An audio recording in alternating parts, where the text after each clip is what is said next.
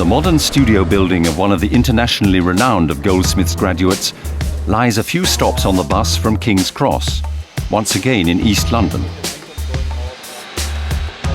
This is where Antony Gormley designs and realizes his world-famous human images and sculptures. After his studies at Cambridge, he leaves England, spending 3 years in India in the 1970s.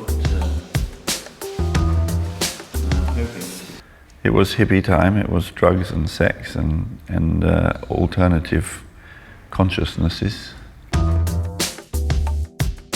But anyway, I mean, in those days you didn't need any money. I had a blanket, I had a bag with a pot and a cooker, and that was it. I slept, slept on the streets or wherever. I mean, it was a very easy life.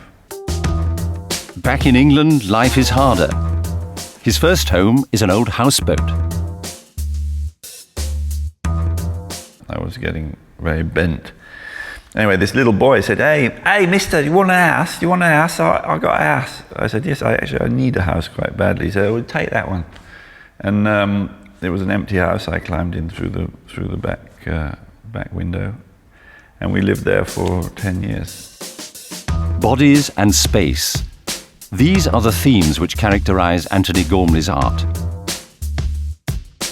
Impressions of people sleeping on the streets in India give him an initial stimulus in this direction.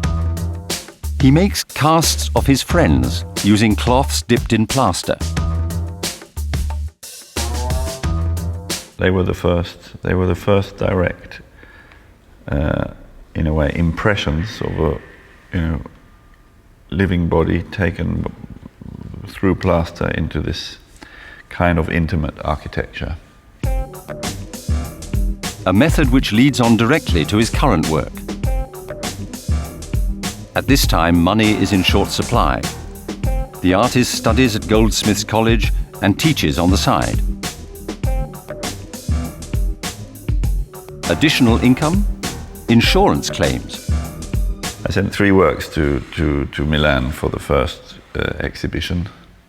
2 of them came back completely ruined.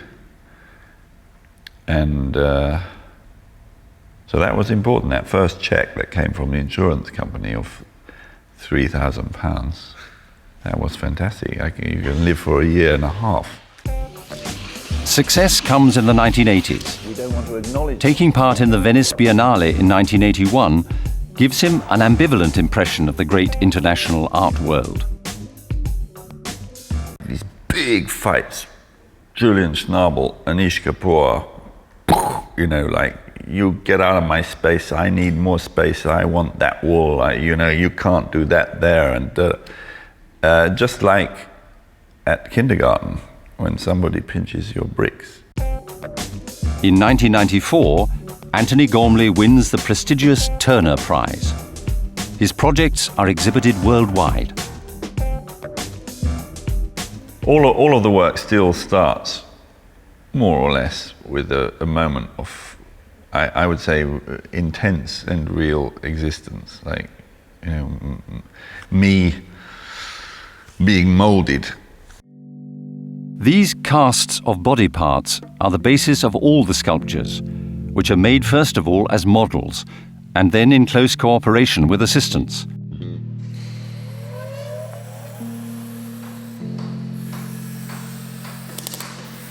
Dialogue and the exchange of opinions are an important part of the process.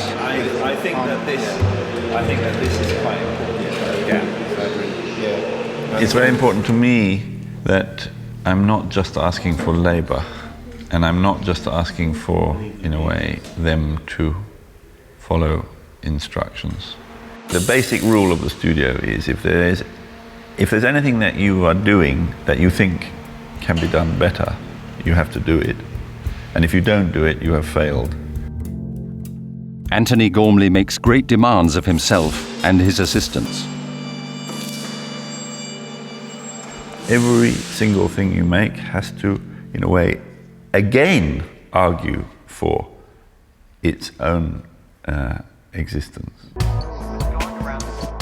Antony Gormley loves London, and Londoners love him. More than 300,000 visitors came to his major exhibition at the Hayward Gallery, and in 2007, millions saw his figures distributed across the city.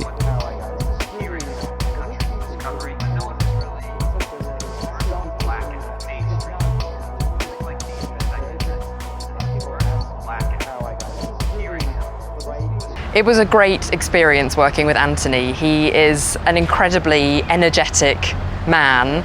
He's an incredibly well-respected and well-loved artist, and he has a very clear vision of what he wants to achieve. The Hayward Gallery is one of the many centres for modern art in the Artcity of London.